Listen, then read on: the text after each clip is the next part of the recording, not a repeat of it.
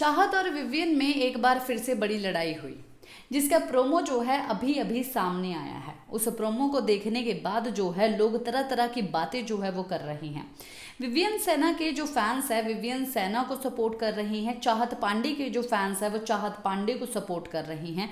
पर आप लोगों ने अगर वो प्रोमो देखा है तो आप लोगों को आखिरकार क्या लगा, किसकी सपोर्ट आप लोगों को करनी चाहिए, कौन आखिरकार इसमें रॉन्ग है और कौन सही है इसमें। और रजत दलाल तो फालतू का इसमें फंसा हुआ है।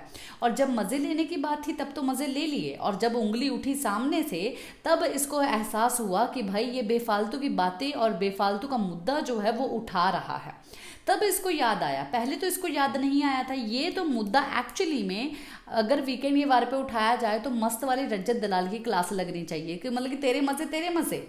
अगर तेरे ऊपर कोई इरिटेट हो गया तो मतलब कि फिर तेरे मज़े नहीं रहेंगे, फिर तू एक्चुअली में उसकी माँ बहन तू एक करेगा। जहाँ पर ये बोला कि उंगली मत दिखाना, उंगली जेब में भी जाती है, मैं किसी के बाप का लेके नहीं खाता हूँ।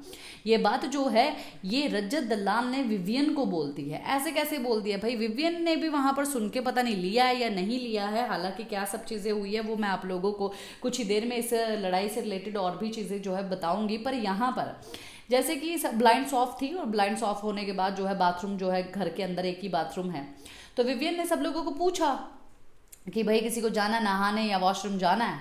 तो उस वक्त तो चाहत ने जवाब नहीं दिया। तो अब जो है चाहत पीछे पीछे आ गई कि विविन विविन विविन। तो विविन ने बोला कि भाई मेरा ज़रूरी नहीं है कि मैं आपकी बात सुनूं।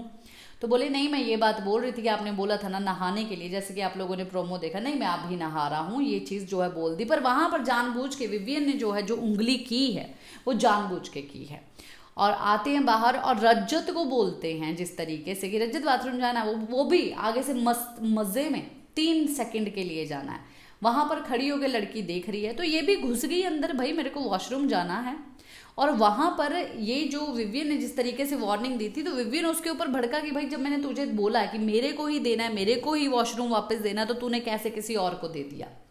तो ये यहाँ पर आराम से सब चीज़ें चल रही थी। तो उंगलीबाजी जो है विवियन ने तो की है। पर अगर देखा जाए तो विवियन का नेचर जिस तरीके से है तो विवियन ने यही बात बाद में बोलेगा कि भाई जब मैंने सब लोगों को पहले पूछा था कि वॉशरूम किसी को यूज़ करना है तब इसने उस वक्त क्यों नहीं बोला, और जब मैं चला गया तब ये जानबूझ के मुझे वॉशरूम से और मेरे साथ लड़ाई करने के लिए वहाँ पर पहुँच गई। आखिरकार क्यों पहुँची ये चीज़, क्यों आखिरकार क्यों किया? जब विविन वहाँ पर है तो विविन के पीछे पीछे क्यों गई? तो चाहत के ऊपर जो है विविन ये बात डेफिनेटली मुझे लगता है बोलेंगे, पर आपका क्या कहना है ज़रूर बताइए। पर रजत दलाल जब तक मज़े चल रहे थे, क्योंकि उसकी भी चाहत के साथ लगी हुई है, उसको भी ऐसा है कि भाई चाहत जो है उससे माफ़ी मांगे, क्योंकि अभी तक भी ये दिल में जो है वो एप्पल वाला, वो अनार वाला जो फेंक के मारा था वो चीज़ रख के बैठा है। और उसका मानना ये भी है कि भाई अभी तक इस बंदी ने जो है माफ़ी नहीं मांगी, अभी माफ़ी नहीं मांगी, वो उसका कहना है, उसका मानना है, उसको मन करता है तो ही मांगेगी, नहीं मांगेगी तो नहीं मांगेगी।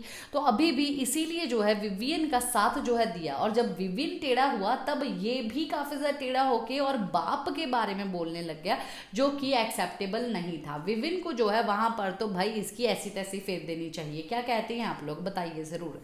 इसी के साथ मैं लेती हूँ इजाज़त, नमस्कार।